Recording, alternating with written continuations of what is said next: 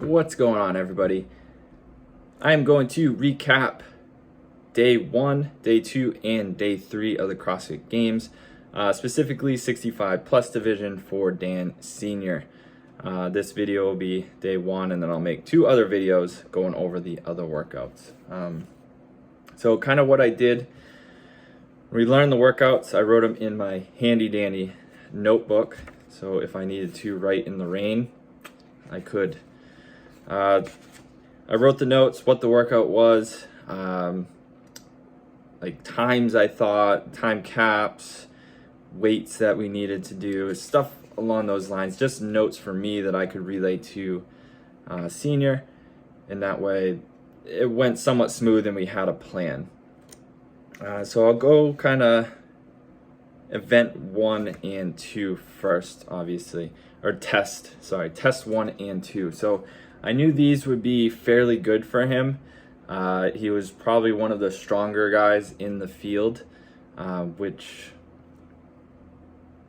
was super helpful in certain movements, or in certain tests, I should say. So the first test being the Olympic total. So 1 rep max snatch, 1 rep max clean and jerk. So what I did, I wrote down some starting numbers that he should be around. I said about 135, 145 for the snatch, 175, 185 for the clean and jerk. And those are numbers that during semis he hit 135 for 10 after that longer workout. It wasn't pretty, but he did it. Placed pretty high in that one. And then clean and jerks, just as we do our weightlifting throughout the year. Typically he's always there on the Saturdays for our weightlifting class. These are numbers that I know he can go out there and hit. Now the big thing about this is you have to warm up, you have to corral, you have to go to the next section, continue to warm up or try to stay warm, and then you go out onto the field and do this. So it's not like it's bang, bang, bang. There's a little bit of rest, which makes it a little bit more difficult to go out there and just go right into your max, right? So you had 3 minutes to do it. That we were guessing probably about 3 to 4 attempts. If you're getting towards that 4th, it's really just going off of adrenaline at that point, because you're not giving yourself enough time in between for that rest. The snatch he did really well. His total was 350, and that got him second place for the Olympic total. 375 was the first place. And neither of these they weren't pretty, but they got up for their good reps. I actually think he PR'd his snatch around 165. And then his clean and jerk, I thought he could have got a little bit more. But I think the game plan kind of fizzled out towards the end there, and it was a race against the clock. So we just threw some weight on, and he ended up missing the jerk, which I don't think would have put him in first anyways, so it wasn't a super huge deal. I felt this was a good start for him. I knew it would give him a little bit of that confidence. Maybe not first place, but he knew he was going to be up there just based on past events and the field that was out there with him. I did, as far as like warm-ups, I gave him percentages and weights, and this is just stuff that I gained from doing weightlifting before. When you should warm up, what percentages you should hit as you warm up. And I think it went fairly well. I think one thing I noticed in the back room, or the big warm-up area, is a lot of guys take too many attempts and they do too much, in my opinion, in the warm-up area. They were wasting a lot of energy trying to hit those higher weights, multiple reps throughout. Like, they were just kind of gassing out. I don't know if it was nerves or maybe that's what they typically do. But I didn't want to take that attempt, because I feel like last year we maybe followed suit a little bit, and by the time he got out there, he's probably a little bit too gassed for some of the tests. So this one we wanted to kind of ease into it. and I think it worked out fairly well. Some other notes that I wrote down here: the collars. Like, you have to put the collars on. You gotta make sure they're secure before you go and do your lift. And those little things you have to look out for, so that way it's a good lift and you're not wasting any of that energy. You have to declare your weight, and the change plates had to be outside of the bigger plate. So you couldn't sneak those little 1s or 2s into the inside so no one can see it. They have to be all out there so everybody can see what weight you are doing. Another thing, the tie break test for this. So if you got the same total as somebody else, the test 2 was the tie break for this. And the thing about test 2, you went right into the total. You had 1 minute of rest / transition time before you went into test 2, which I liked. It was a downside because the Olympic total, he did not use his lifters, which was probably not a huge deal. He did fall back a little bit because he's used to having that little bump up with the lifters, but I don't think in the end it really mattered that much. I think the minute rest of not having to worry about your shoes was more beneficial than changing out these lifters into the regular shoes and all that stuff.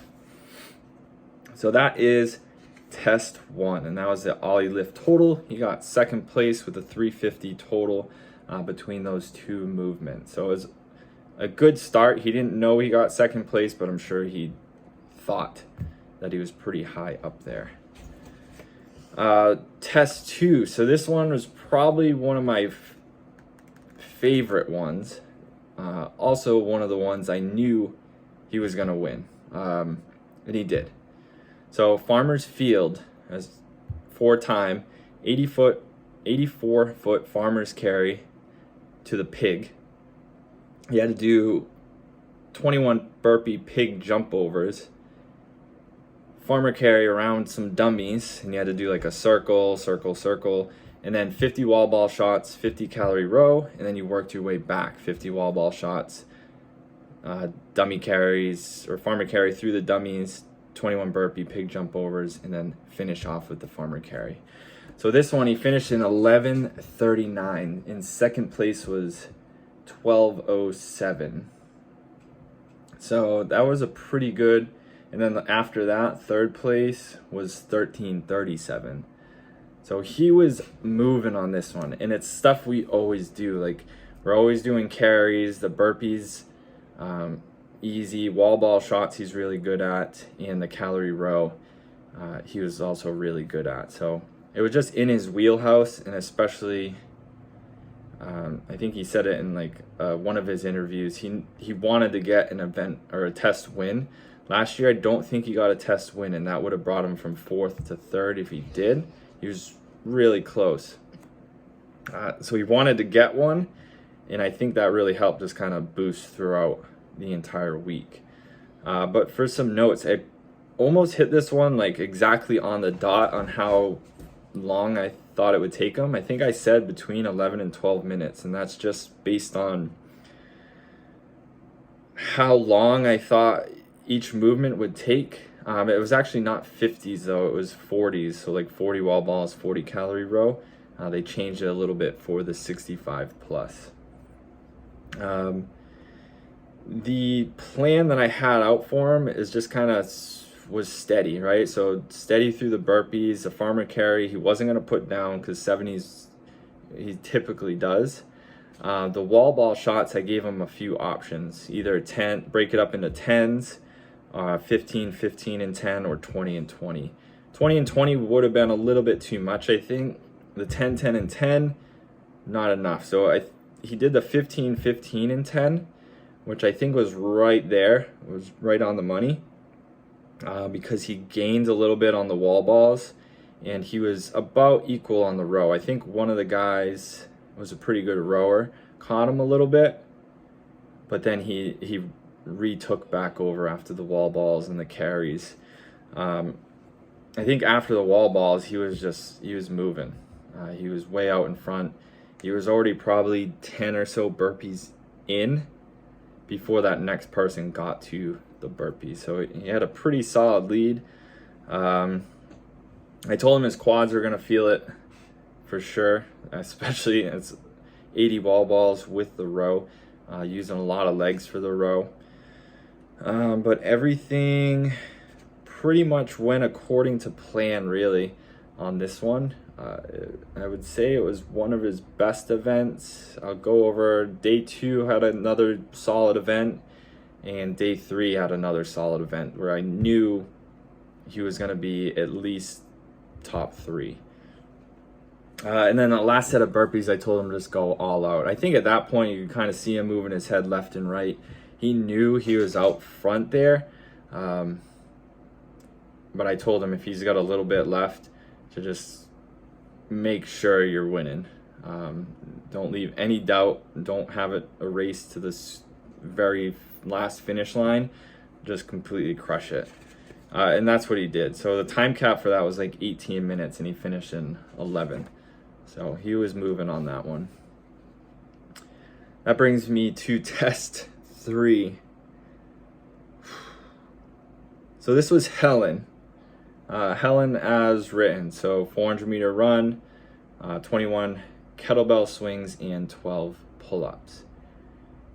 So time cap was 13 minutes. I knew he's previously done it in 11 minutes-ish. He did it unbroken kettlebell swings and pull-ups before. And a couple notes. So not a super great runner. So I told him, don't race on the 400s. There's going to be some guys that a 400 is really nothing. They might be racing through it. And if you get to those kettlebell swings and you're gassed, you're going to start to fall behind. Really, you can kind of pace out that 400 where you're in the pack, but not necessarily leading that pack, right? And then you can blow them away by that kettlebell swing and that pull-ups. That was the plan, at least. Did not go to plan. This is one of the workouts where it just did not work out how I thought in my head. So the first lap, he came in, I think, second or third on the run. And I was just like, that seems really fast. Way too fast. Did the kettlebells okay. He was getting a lot of no reps. And this is where I will not be afraid to say that this movement should not have been in the workout. Or they should have figured something out, because it was ridiculous. The standard was your arms had to stay straight on the way up, and the handle of the kettlebell needed to be above your head. But as you can see, like, I have that natural bend in my elbow, right? You really have to push out to keep that elbow straight. He has issues doing that anyways. So adding that in with the kettlebell where you have to keep your hands close like this, there's that bend unless you really, really squeeze it out. So doing that for 21 reps is just exhausting. So we started off getting some no reps, got the pull-ups, comes out on the second run, still maintaining that pace, which I thought, all right, maybe he feels good, maybe he can maintain that pace. I was a little bit concerned though, because you run that fast for 400, your hamstrings are going to get pretty blown up.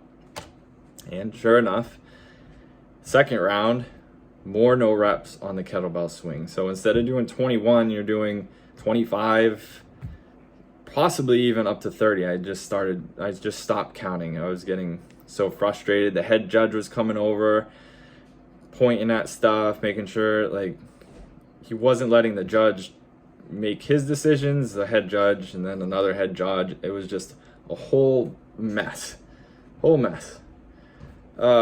So he was still second or third, because he was going through, was doing the pull-ups, fine. Third lap, again, comes in right up there with everybody. I'm like, all right, this is it. Like, if you made it through those first 2 rounds, let's just give the extra push for this last round. Comes in, so many no reps. So many no reps on the 3rd round. I think he did probably 40 kettlebell swings.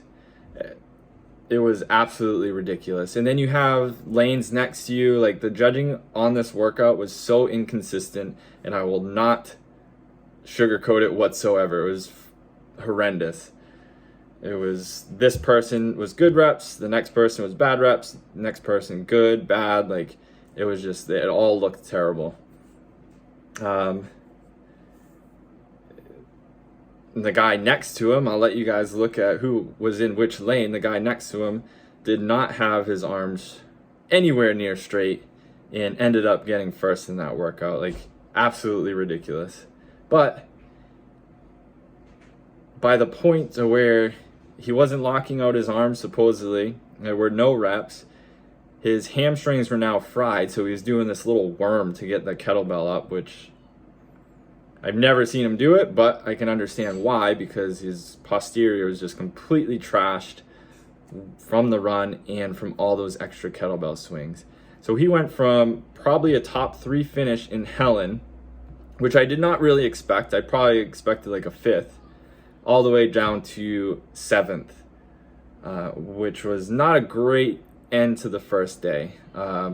Sure, he was still up there because he got a 2nd and a 1st, but that drop to 7th at the end of a day is kind of frustrating, especially when it's something that you feel like the workout, either the workout could have changed a little bit to make it more user friendly, or it could have, the standards could have been changed just a little bit so people can actually flow through the workouts and not have to worry about someone that's watching them. Like, the judges shouldn't have to be making these hard real-time decisions for these workouts if the movements were actually like a clear set standard. It seemed like it was clear and set. It seemed good, but in reality it was actually not.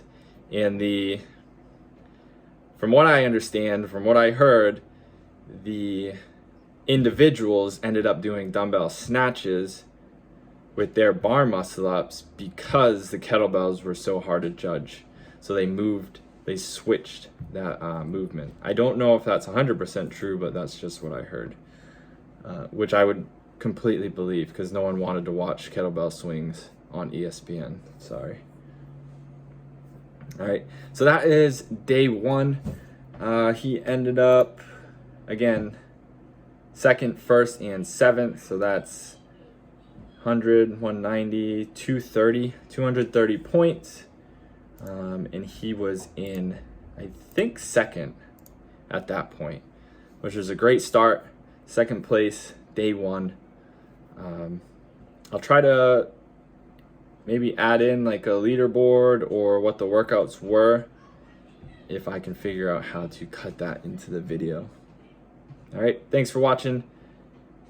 See you for day 2 of the CrossFit Games recap.